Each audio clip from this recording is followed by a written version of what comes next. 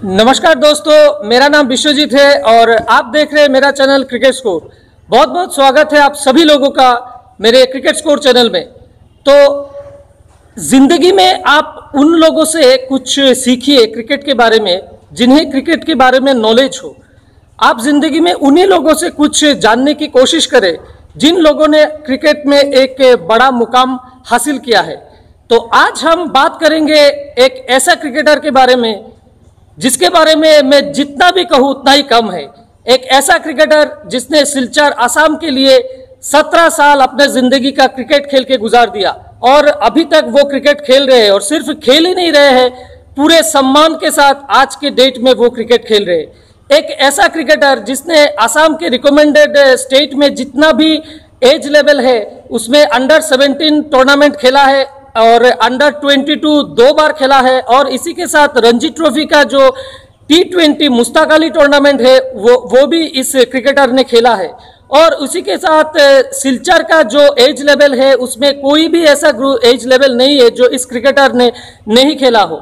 और सबसे इम्पोर्टेंट बात, जो हैलाकांदी में जेके बरुआ ट्रॉफी टूर्नामेंट हुआ था 2004 में, उस टूर्नामेंट ने इस प्लेयर ने एक ऐसा इनिंग्स खेला सिलचर के तरफ से रेलवे के खिलाफ जो मतलब आज भी सिलचर में एक इतिहास के रूप में रह गया है और उनका नाम सोने के अक्षर में पन्नों पे लिखा जा चुका है।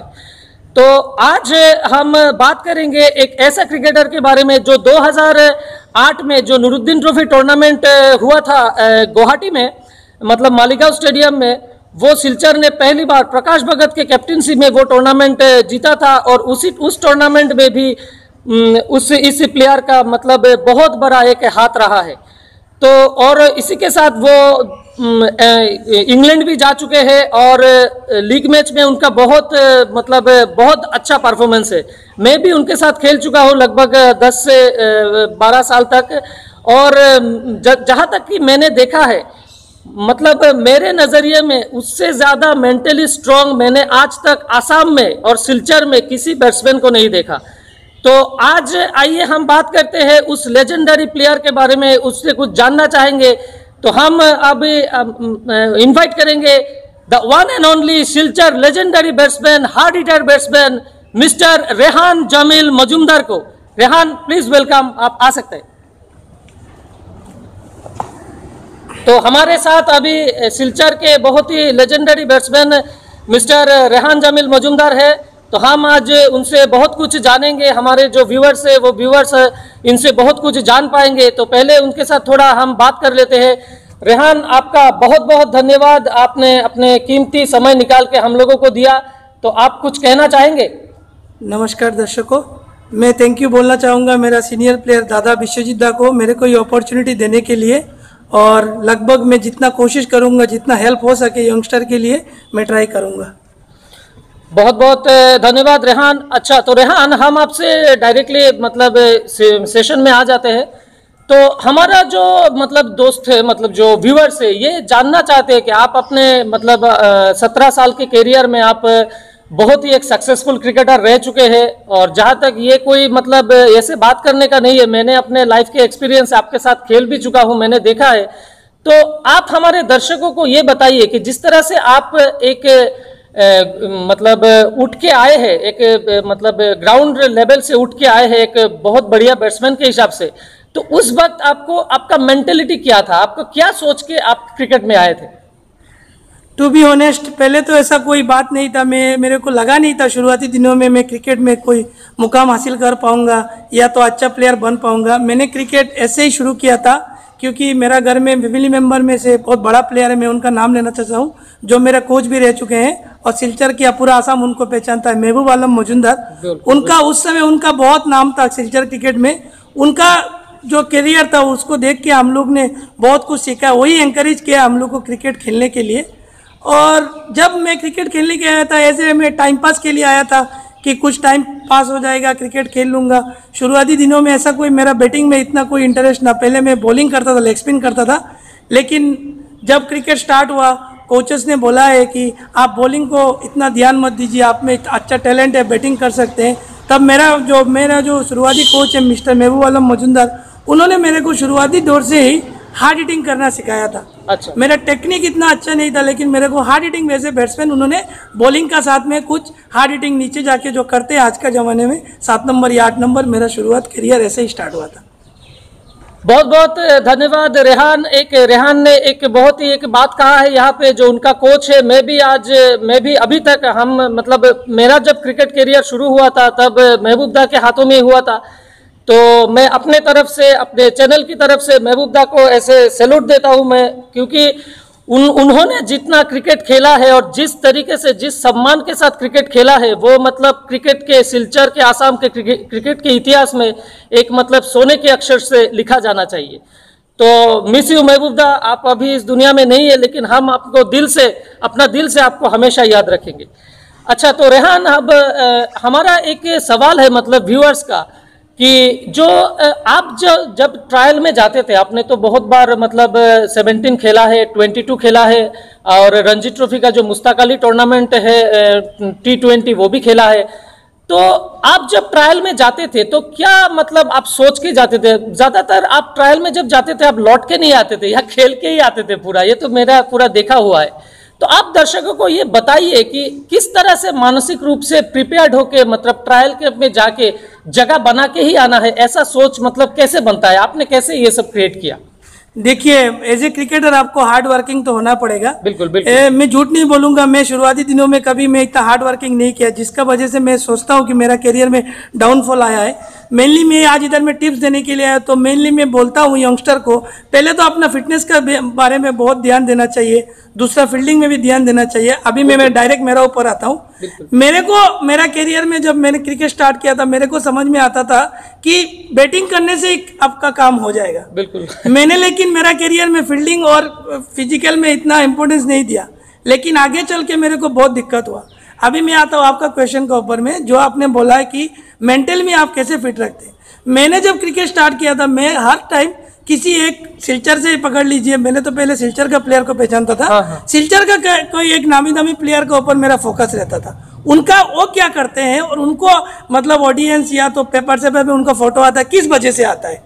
और हम लोग को क्या, मेरा एक चीज था, मैं हमेशा चैलेंज को एक्सेप्ट करता हूँ। मैं जब फर्स्ट टाइम आप बोला है, पहले भी अंडर 19 टूर्नामेंट में मैं आप लोग का साथ खेलने गया था, एज ए यंगस्टर ही था, मेरा पहला अंडर 19 टूर्नामेंट था। उसमें मोशर्रफ हुसैन लश्कर जैसे प्लेयर थे, हिमाद्री शेखर दास थे, विश्वजीत भट्टाचार्य जी जो मेरे पास में बैठे हैं, प्रकाश भगत लेजेंडरी प्लेयर है थे। उस टूर्नामेंट में कोई फोकस हम लोग को नहीं कर रहा था। मेरा एक गोल था इस टूर्नामेंट में, मैं सीरियसली ऑनेस्टली बोल रहा हूँ, मैं उस दिन ग्राउंड में अंदर में घुसने के बाद मैं सोचा था कि हैलाकंदी से मेरे को एक नाम बना के जाना है, जिससे मेरे को आदमी पहचान सके, पूरा आसाम पहचान सके, ये एक बंदा है जो खेल सकता है। बिल्कुल बिल्कुल बिल्कुल। तो उधर से मैंने क्या किया, उस दिन से मैंने सोचा है कि अगर अब मैं पिच में बैटिंग में जाऊंगा, मैं ये सोच के जाता हूं कि मेरे को मेरा रेस्ट्रिक्शन का अंदर में खेलना है, मेरे को ये बॉल में आउट नहीं होना है। मैं एक एक बॉल का साथ बैटिंग करता हूं कि ये बॉल में मेरे को आउट नहीं होना है।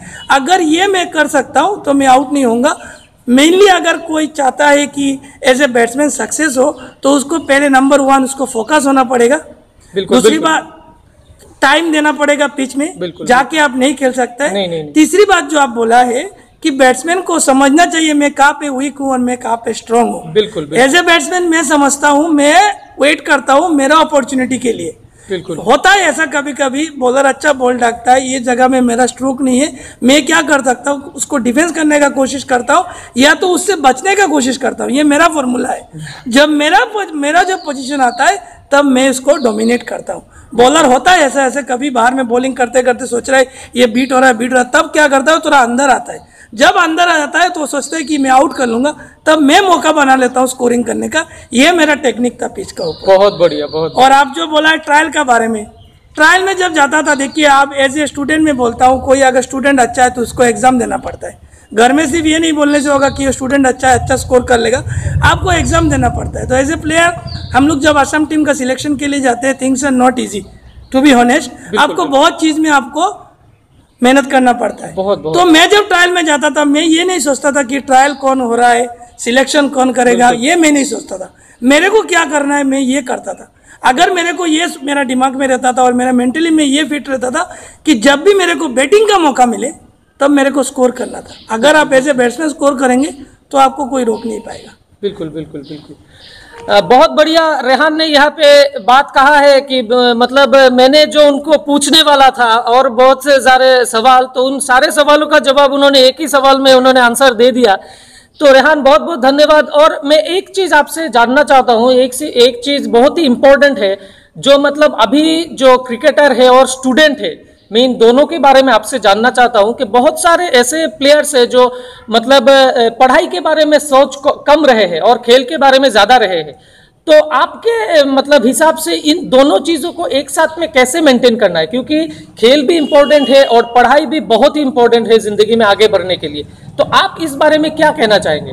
देखिए, एज ए स्टूडेंट तो पहले आपको पढ़ाई में ध्यान लगाना चाहिए। पढ़ाई अगर नहीं होगा, ये जनरेशन में आपका विदाउट एजुकेशन आप नो ईयर हो जाएंगे। क्या पता आप क्रिकेट में सक्सेस नहीं होंगे तो पढ़ाई में सक्सेस तो हो सकते हैं।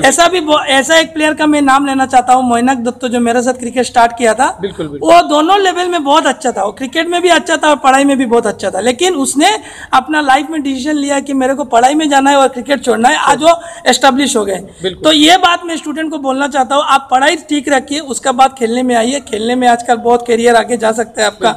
आज आप अगर अच्छा प्लेयर बनते हैं तो आप नौकरी से भी ज़्यादा पैसा कमा सकते हैं। प्रोफेशनल में आप लेते हैं, इसका मतलब नहीं है कि मैं बेसिक एजुकेशन नहीं करूंगा। बेसिक एजुकेशन तो करना ही पड़ेगा आपको, उसका बाद आपको क्रिकेट में फोकस करना है। या तो आप सोच सकते हैं करियर में कौन सा तरफ जाना है, लेकिन फर्स्ट ऑफ थिंग मैं बोलूँगा कि आप पहले बेसिक एजुकेशन लीजिए और क्रिकेट में भी इंटरेस्ट रखिए। बहुत बहुत धन्यवाद रेहान, आपने एक बहुत ही अच्छा बात कहा है। रेहान ने कहा है कि हमको खेल के साथ साथ पढ़ाई भी इस तरह से करना चाहिए ताकि आगे चल के हमको कोई प्रॉब्लम ना हो, और उसी के साथ हमको खेल को भी आगे तक लेके जाना है। तो रेहान, मैं आपसे एक आखिरी सवाल करना चाहूँगा। जो मतलब हम लोग जब खेलते थे तब इतना T20 का इतना फॉर्मेट तब नहीं था, अभी जितना चल रहा है। तो हमको पहले वो डेज मैच और वनडे मैच, इन दोनों के बीच में ही हमको रहना पड़ता था, या तो डेज मैच या तो वनडे मैच, दोनों के बीच में हमको मिल मिला के कुछ मतलब सेटिंग करना पड़ता था। लेकिन अब जो T20 आ गया है, एक इतना मतलब छोटा फॉर्मेट है लेकिन इतना हो गया है कि लोग इसके बारे में ज्यादा बात कर रहे हैं। तो बच्चे को आप मतलब किस तरह से क्या बोलना चाहेंगे कि T20 फॉर्मेट को इस डेज मैच और वनडे मैच के साथ किस तरह से हैंडल करें? मेरा हिसाब से जो यंगस्टर जो क्रिकेट स्टार्ट कर रहे हैं, मेरा हिसाब से वो 2020 को ज़्यादा फोकस ना करें, क्योंकि हम लोग का जो एज लिमिट का जो गेम है अंडर 17 से शुरू करेंगे, अंडर 15 से लेके अंडर 20 तो कोई 2020 टूर्नामेंट ऑर्गेनाइज नहीं होता है। 2020 हो गया, एक प्रोफेशनल गेम हो गया। अभी आपको क्रिकेट का क्लास में जाना पड़ेगा। मेरा हिसाब से जाएंगे तो आपको टेस्ट मैच में परफॉर्म करने से आपका नाम ऊपर आएगा, आदमी आपको फोकस करेगा। इसका मैं वो रीजन बता देता हूँ, क्योंकि एक टेस्ट मैच में क्या होता है, अपोजिशन का साथ जब आप खेलेंगे तो उनका जो मेन बॉलर है उनका कोई लिमिटेशन नहीं होता है। बिल्कुल। वो पूरा दिन भी आपको बॉल डाल सकता है, उसमें आपका जो क्वालिटी है, आपका स्ट्रेंथ है, वो उभर के सामने आ सकता है। लेकिन T20 फॉर्मेट में क्या होता है कि अगर यंगस्टर फॉलो करेंगे तो T20 में कौन सक्सेस ज्यादा होता है। आजकल देखा गया है कि क्रॉस बैट प्लेयर जो ज्यादा क्रॉस मार सकते हैं, फैंसी शॉट वगैरह, वो इनिशियल स्टेज का करियर में नहीं शुरू करना चाहिए। आपको पहले बेसिक खेलना चाहिए, अच्छा एक स्टेज में जाना चाहिए, जूनियर लेवल खेल के जब एक आप अच्छा पोजीशन में आ जाएंगे तब जाके T20 खेलने के लिए आप रेडी हैं। लेकिन ऐसे आप अभी इधर में यंगस्टर के लिए बात कर रहे हैं हम लोग, आप लोग T20 को ज़्यादा मत देखिए, वो ऐसा मार देता है, वो स्वीप मार देता है, रिवर्स स्वीप, ये सब मत देखिए। जितना हो सके आप लोग फोकस करिए कि वनडे एंड आपका टेस्ट मैच में फोकस करिए, जिसमें आपको सीधा बैट से खेलना है और आपको विकेट में टाइम देना है और टाइम भी स्पेंड करना है, तभी आपको जाके सक्सेस मिलेगा। बहुत बढ़िया बात कहा है यहाँ पे रेहान ने कि हम लोगों को T20 फॉर्मेट तो ठीक है, वो बहुत ही अच्छा फॉर्मेट है, लेकिन बिगिनर्स के लिए T20 फॉर्मेट को उतना ज्यादा मतलब ध्यान नहीं देना है। ज्यादा से ज्यादा ध्यान देना है अपने वनडेज को और डेज को। डेज सबसे बेहतरीन खेल है, उसमें से प्लेयर का जो टैलेंट है वो बाहर निकल के आता है।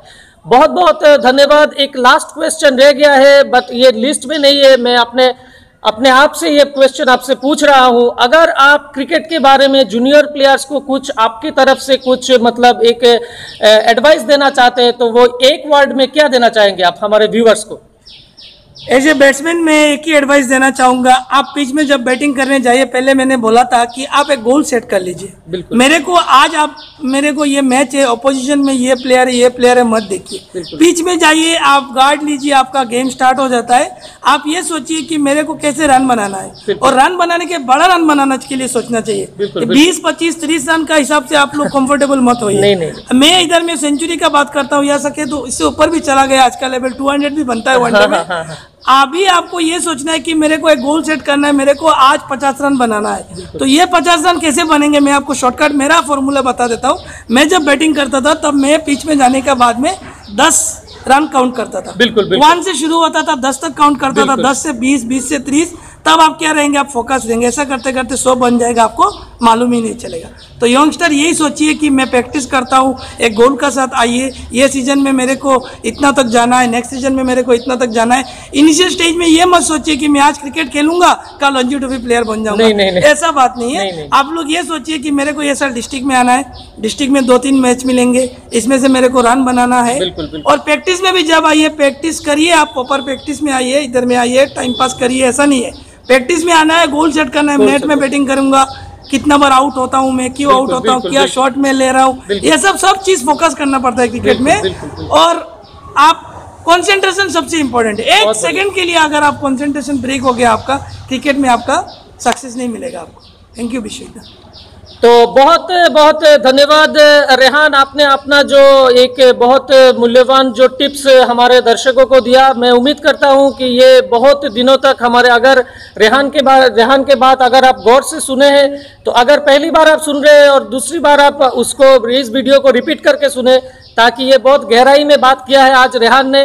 तो रेहान, हम आपको बहुत ही मतलब थैंक्सफुल है कि आप हमारे चैनल में आए, और उम्मीद करता हूं दोस्तों ये वीडियो आप लोगों को बहुत अच्छा लगा होगा। अगर अच्छा लगे तो इस वीडियो के नीचे एक रेड कलर का बटन है, उस बटन में क्लिक कीजिए, क्लिक करके सब्सक्राइब कर लीजिए, और उसी के साथ एक बेल आइकन है, उस बेल आइकन पे क्लिक करें ताकि आने वाले दिनों में मैं जो भी वीडियो अपलोड करूं उसका नोटिफिकेशन सबसे पहले आप लोगों को मिले।